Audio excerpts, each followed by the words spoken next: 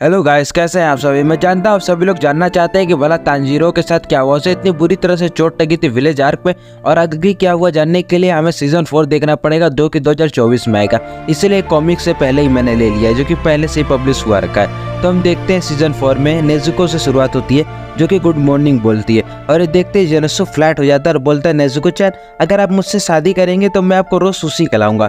जिन लोग को नहीं पता सुशी क्या है, तो ये नीचे चावल रहता है, ऊपर कच्चा मछली का मांस होता है। और मगर जो हम देखते हैं नेजुको, वो कहती है गुड मॉर्निंग इनोस्के, और ये देखते हैं वो बहुत गुस्सा हो जाता है और कहता है अभी मैं जाके उस साले की जान लेके आता हूँ, वो गंदा सुअर कहीं का। और उसका चेहरा एकदम गंदा बना रहता है। और उसकी बीवी और आप जो नहीं जानते मैं बता देता हूँ, भविष्य में इनोस्के की शादी इसी लड़की से होती है। वो कहते हैं कि 2 दिन पहले इनोस्के आया था और उसने नेजुको को सिखाया था उसका नाम लेना। और हम देखते हैं पैनल में दिखाता है इनोस्के इनोस्के इनोस्के इनोस्के। उसके बाद वो थोड़ा शांत होता है और हम देखते हैं हाशिराज को जो एक जगह इकट्ठा हुए रहते हैं, जिनमें से सानेमी का छोटा वाला भाई यानी कि ये हमारा सांप वाला निशा कहता है कि तुम दोनों ठीक तो हो, अगर हमारे एक और हाशिरा मर जाते तो बहुत दिक्कत होता। और हमारा रोक हाशिरा कहता है कि अगर तुम में से कोई एक भी मर जाता तो पूरे डेमन स्लेयर कॉर्पोरेशन में बहुत दिक्कत होती, मगर हमने मरे नहीं और साथ में 2 अपर मून को भी मार दिए, ये बहुत अच्छी बात है।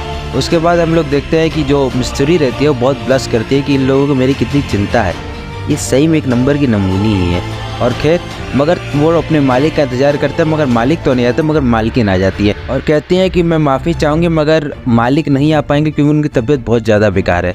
और आप में से और लोग को नहीं पता तो मैं बता देता हूँ कि इनके जो मालिक रहते हैं यानी ये जिस वंश के हैं उनमें लोग ज़्यादा नहीं जी सकते, मुश्किल से 30 साल जीते, और अभी उनकी उम्र हो ही गया है मरने का।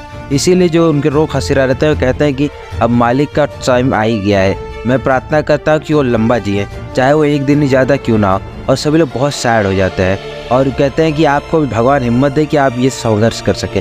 और ये देख के उनकी आंखें खुल जाती है, मगर वो इससे ध्यान हटाते हुए बोलती हैं कि मैं आज अपने से बात करने वाली हूँ डीमन स्लेयर कॉर्प्स के, जो हाशिराज को एक लगती है मार्क, जिसे कहते हैं डीमन स्लेयर मार्क। और ये सुनते सारे बोलता है ये कैसी बात हुई, आज तक ये बात हमसे छुपाई कैसे गई थी।